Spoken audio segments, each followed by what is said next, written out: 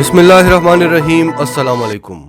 मोदी का बांग्लादेश का दौरा बुरी तरह से नाकाम हो चुका है और जो मोदी की वहाँ पर बेइज्जती हुई है, शायद ही किसी सियासतदान की तारीख में इतनी बेइज्जती हुई हो। फिर जनरल बाजवा ने शाहीन मिसाइल के तजुर्बे के लिए यही वक्त मुकर्रर क्यों किया जब मोदी बांग्लादेश में था, और फिर इमरान खान की बांग्लादेश की वज़ीर आज़म हसीना वाजिद को उसी वक्त कॉल गई जब मोदी बांग्लादेश में था, और इस कॉल पर क्या बातें हुई, ये करके जनरल बाजवा और इमरान खान ने बड़ा ज़बरदस्त कार्ड खेला है। और इस सब के बाद हसीना वाजिद ने जो मोदी को जवाब दिया है, सारी डिटेल्स आपको बताएंगे। उससे पहले अगर अभी तक आपने हमारा चैनल सच टीवी सब्सक्राइब नहीं किया तो इसे अभी सब्सक्राइब करें और बेल आइकन पर क्लिक करें ताकि हमारी आने वाली वीडियोस आपको वक्त पर मिलती रहें। भारतीय खुफिया एजेंसियों ने पहले ही बता दिया था कि मोदी की जान को बांग्लादेश में खतरा है, क्योंकि बंगालियों में बड़ी नफरत पाई जा रही है मोदी सरकार के खिलाफ। लेकिन बांग्लादेश की वज़ीर आज़म हसीना वाजिद ने मोदी को यकीन दहानी कराई कि हम आपको सही सिक्योरिटी देंगे, आप बांग्लादेश ज़रूर आएँ। फिर पिछले 1.5 साल से मोदी ने किसी दूसरे मुल्क का दौरा भी नहीं किया और ना ही कोई दूसरे मुल्क का वज़ीर आज़म भारत आया है। बरतानवी वज़ीर आज़म ने भारत आना था, लेकिन कोरोना के नाम पर उन्होंने ये दौरा कैंसिल कर दिया। लेकिन असल में इसकी 2 रीज़न्स हैं। एक तो भारत के अंदर जो बदअमनी है, खाना जंगी है, और दूसरा दुनिया मोदी को पसंद नहीं करती। जिस तरह से इमरान खान ने मोदी को एक्सपोज करके रख दिया है, तो पूरी दुनिया के जितने भी लीडर्स हैं वो नफरत करते हैं मोदी से। इसके अलावा मोदी को बांग्लादेश का दौरा इसलिए भी करना पड़ा क्योंकि जो बाइडन का शदीद प्रेशर था मोदी पर। कल चीन और रूस ने खुलकर नए ब्लॉक का ऐलान कर दिया और उन्होंने कहा कि हम अमेरिका के खिलाफ इत्तेहादी ढूंढ रहे हैं। उसके बाद जो बाइडन का भी बयान आया कि चीन सुपर पावर बनने की कोशिश कर रहा है, हमारी जगह लेने की कोशिश कर रहा है, और ये हम होने नहीं देंगे। और अमेरिका जब भी चीन से परेशान होता है तो वो भारत पर इन्वेस्ट करने की कोशिश करता है कि भारत को किस तरह से मजबूत बनाया जाए।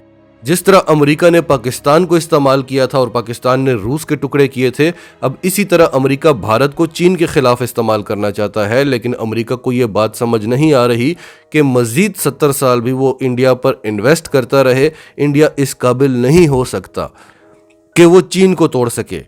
तो इसी वजह से जो बाइडन एडमिनिस्ट्रेशन मोदी पर प्रेशर डाल रही है कि अपने हमसायों के साथ ताल्लुकात ठीक करो, तुम्हारे सारे के सारे हमसाए चीन तुमसे ले उड़ा है, तुम कर क्या रहे हो।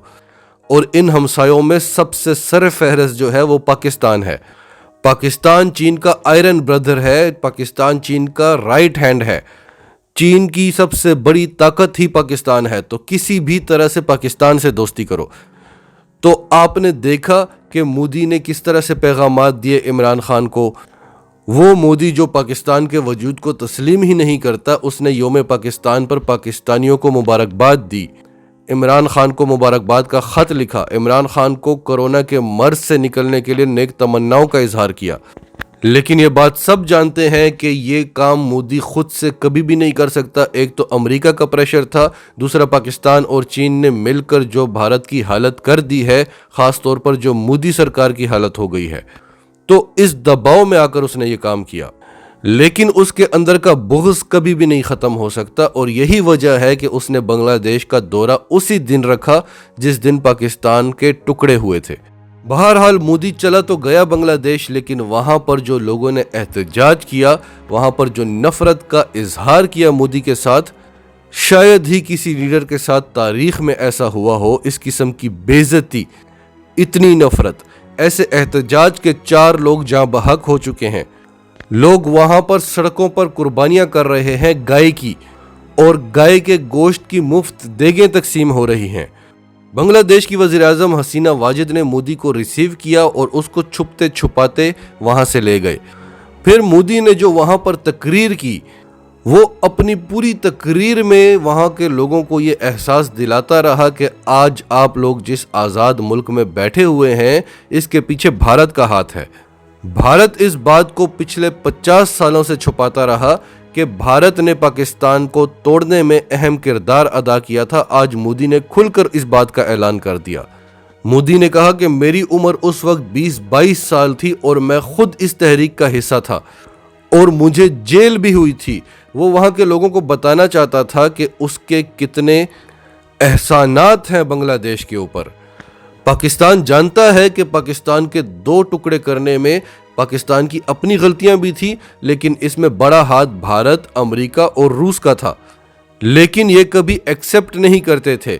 आज भारत ने खुलकर एक्सेप्ट कर दिया है। उसका वजीर आजम ये बात कर रहा है कि हमने पाकिस्तान को तोड़ा था।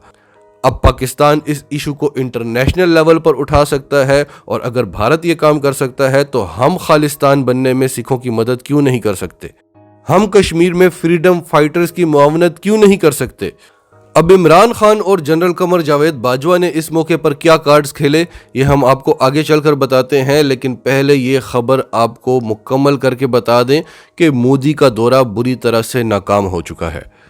इस खास दिन पर बांग्लादेश का दौरा करना, वहाँ के लोगों को जाकर ये एहसास दिलाने की कोशिश करना कि आप बांग्लादेश का जो वजूद है वो भारत की वजह से बना है, इस सब का मकसद ये था।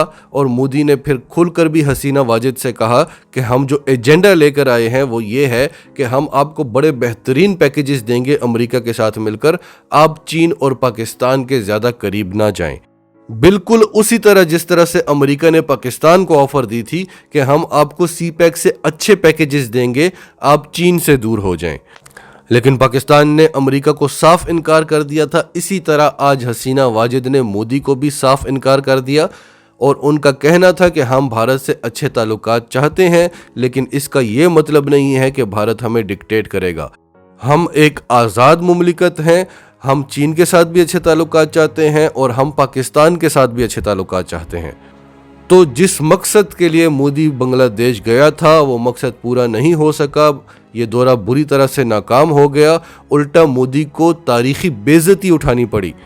मोदी जो पूरी दुनिया में पहले से बदनाम हो चुका है, जिसके खिलाफ उसके अपने मुल्क में लोग सड़कों पर निकले हुए हैं, वो दूसरे ममालिक में भी जा रहा है। तो दुनिया देख रही है कि वहाँ के लोग भी सड़कों पर निकल आए हैं और किस कदर गुस्से और नफरत का इजहार कर रहे हैं मोदी से। तो मोदी का मकसद भी पूरा नहीं हुआ। उल्टा जो मोदी के सर पर बदनामी का ताज था उसमें मजीद 4 चांद लग गए।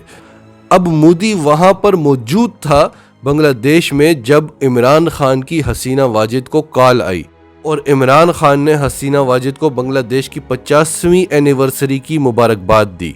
कुछ ही दिन पहले 23 मार्च को हसीना वाजिद ने भी इमरान खान को खत लिखा था और उन्हें योम पाकिस्तान की मुबारकबाद दी थी। इसके अलावा इमरान खान ने हसीना वाजिद को पाकिस्तान आने की दावत दी। इमरान खान ने कहा कि आप पाकिस्तान आए, हम आपको फैसिलिटेट करेंगे, यानी हमारे पास भी चंद बड़ी अच्छी ऑफर्स हैं आपके लिए। एक तरफ तो चीन है जो बांग्लादेश पर काफ़ी असर व रसूख रखता है, वहाँ की एक्सपोर्ट्स बढ़ाई हैं चीन ने, और बांग्लादेश के जो पोर्ट्स हैं वहाँ पर चीन का काफ़ी असर व रसूख है। और दूसरी तरफ पाकिस्तान बांग्लादेश को सी पैक के लिए इनवाइट करना चाहता है। श्रीलंका को हम पहले साथ मिला चुके हैं, बांग्लादेश भी हमारे साथ मिल जाएगा, नेपाल और म्यांमार भी चीन के साथ हैं। तो चारों तरफ से पाकिस्तान और चीन भारत को घेर लेंगे, बल्कि घेर चुके हैं। और बांग्लादेश पाकिस्तान की इतनी बड़ी ऑफर को कभी भी नहीं ठुकराएगा। बांग्लादेश जानता है कि भारत के पास इस किस्म की कोई ऑफर नहीं है बांग्लादेश के लिए। फिर जनरल बाजवा ने क्या कार्ड खेला कि पाकिस्तान ने बड़ी कामयाबी के साथ शाहीन 1 मिसाइल को अपग्रेड कर लिया है, लेकिन ये अपग्रेडेशन हम ऑलरेडी कर चुके हैं। उसका जो तजुर्बा करना था उसके लिए जनरल बाजवा ने वही दिन चुना जब मोदी बांग्लादेश में मौजूद है। हालांकि ये तजुर्बा नाकाम भी हो सकता था। आप भारत को देखें, जब भी वो मिसाइल का तजुर्बा करते हैं पहले नाकाम होता है, फिर वो करते हैं, फिर वो करते हैं। लेकिन अल्हम्दुलिल्लाह हमारी अफवाज को अपनी सलाहियतों पर पूरा भरोसा था। हम जब भी तजुर्बा करते हैं वो कामयाब ही होता है। तो आज ही के दिन हमारी अफवाज ने शाहीन 1 बैलिस्टिक मिसाइल का कामयाब तजुर्बा करके भारत को अपनी ताकत दिखाई। ये इतना शानदार बैलिस्टिक मिसाइल है जो ज़मीन से ज़मीन पर वार करता है, यानी हम अपनी ज़मीन से भारत के अड्डों को निशाना बना सकते हैं।